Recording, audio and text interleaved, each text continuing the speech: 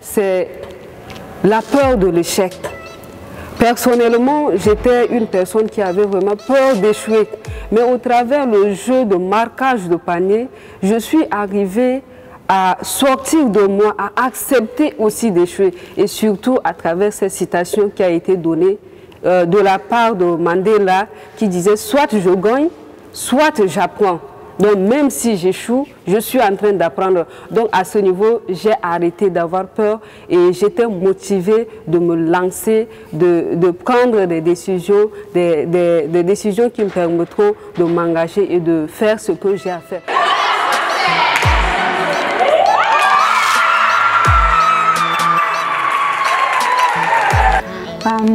Ce qui m'a beaucoup marqué pour cette formation, c'est la présentation des différents projets des participantes. C'est vraiment intéressant et ça nous donne l'esprit de s'inspirer les uns des autres. Il y avait beaucoup de problèmes qui étaient évoqués, mais il y avait chacun a sa façon d'approcher les problèmes et de solutionner, mais en fin de compte, on a un seul objectif, c'est de rendre l'Afrique meilleure. Merci.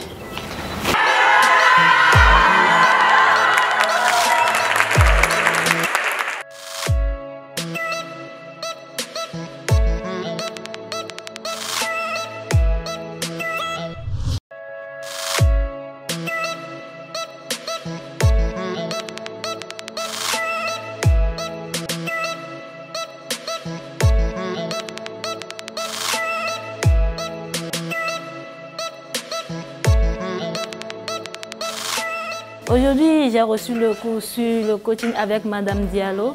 Ce cours a été tellement intéressant. Ça m'a permis d'avoir confiance en moi. Ça m'a permis d'avoir les points essentiels que je peux garder pour présenter mon projet à un bailleur et recevoir des fonds. C'est que on a les points sur le marketing, les points qu'on doit attaquer sur le plan économique, environnemental et tous les points qu'on peut attaquer, présenter pour plaire notre fournisseur. Et ça, je suis tellement fière, contente d'avoir confiance en moi parce que si je présente mon projet aujourd'hui, je sais que j'aurai de financement pour ça. Merci.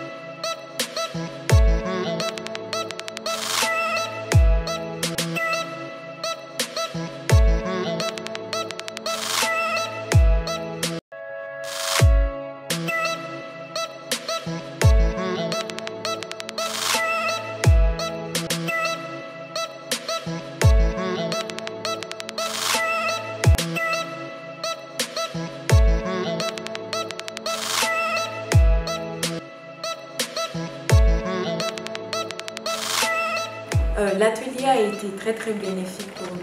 On a eu l'occasion de discuter avec des experts du domaine de l'énergie qui nous intéressent. On a eu plusieurs perspectives sur des problématiques qui nous touchent, comme l'accès à l'énergie en milieu rural et urbain.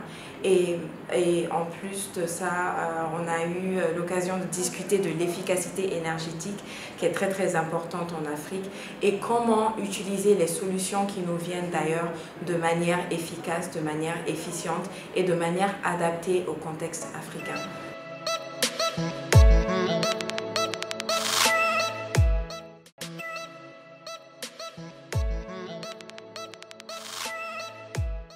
Quand deux masters, l'eau chaud, l'eau froide se croisent, tu as du vent. Là, on est à 7 km des côtes. En journée, le vent vient des terres vers la côte. Le soir, c'est le contraire.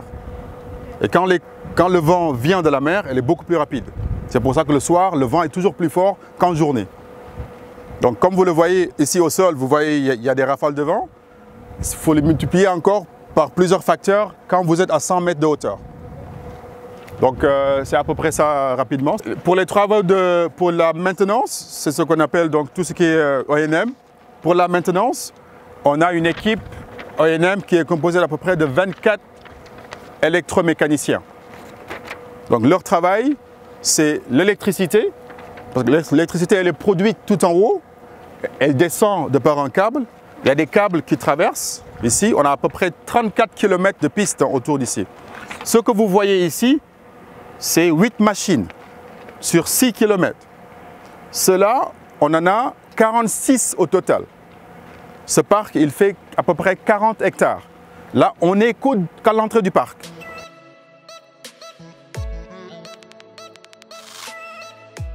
Le solaire.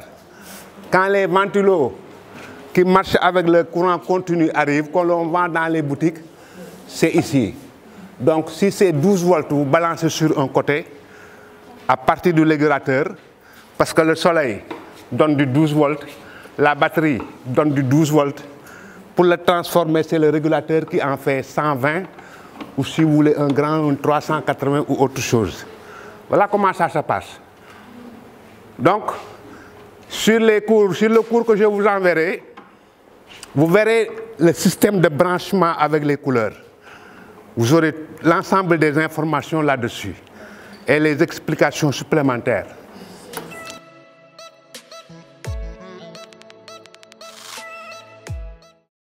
Pour produire, après avoir fait le mélange donc, de ces produits, l'argile et l'eau, il va falloir compacter. Pour compacter, nous avons au départ, parce que j'ai oublié de vous dire que nous existons depuis 10 ans, au départ on utilisait une machine manuelle que vous avez ici, maintenant motorisée. Et au début, il fallait la force humaine, ce qui est vraiment un peu difficile. Alors on a su que ça ne pouvait pas nous arranger, on a réussi à motoriser les machines. Alors ce sont de petites machines, mais des machines performantes. Parce qu'en fait, la plupart des usines qui se sont installées au niveau de Saint-Louis, ou bien même au Sénégal, on voit souvent de grosses machines qui sont importées, dont le coût est très élevé, la consommation en électricité et en main-d'œuvre très élevée, la maintenance très élevée, et qui ont un rendement peut-être qui, lorsque vous prenez ces petites machines, qui font peut-être des rendements de 200 kg par heure, si vous en prenez 3, vous êtes capable de concurrencer ces grosses machines qui coûtent des centaines de millions, alors que ces machines-là coûtent aux environs d'1 million. Donc c'est une importance sur le plan économique et même financier. Alors, tout à l'heure, on verra des démonstrations. C'est une propriété intellectuelle du BRADES. Ça n'existe nulle part. Là où vous rencontrez ces machines, c'est parce que c'est nous qui les avons vendues. On en a vendu un peu partout au Sénégal, on en a vendu au Burkina Faso, on en a vendu également en Guinée. Généralement, nos partenaires sont des ONG qui appuient les groupements féminins.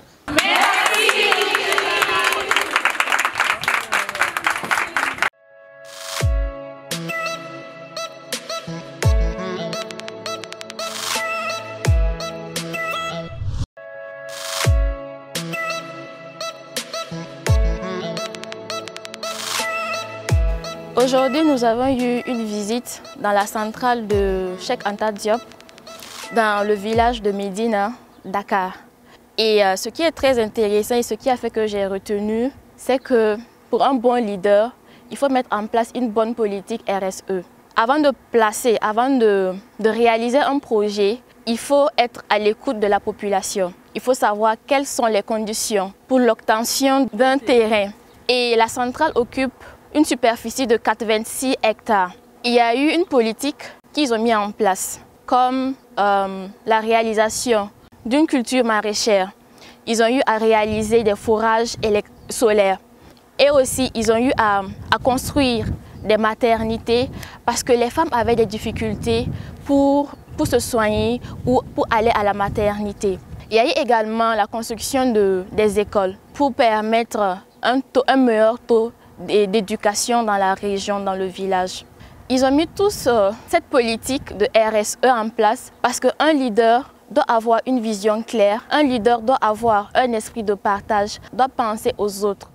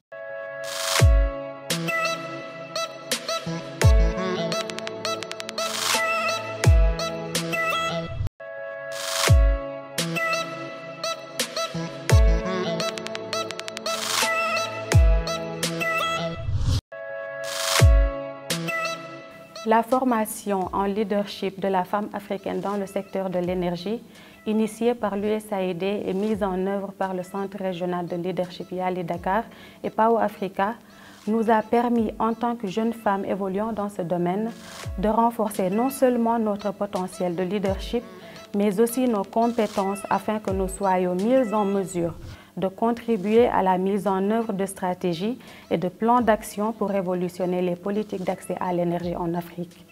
Nous disons un grand merci à PAO Africa et au CRL Yali Dakar qui n'ont ménagé aucun effort pour la bonne réussite de cette formation.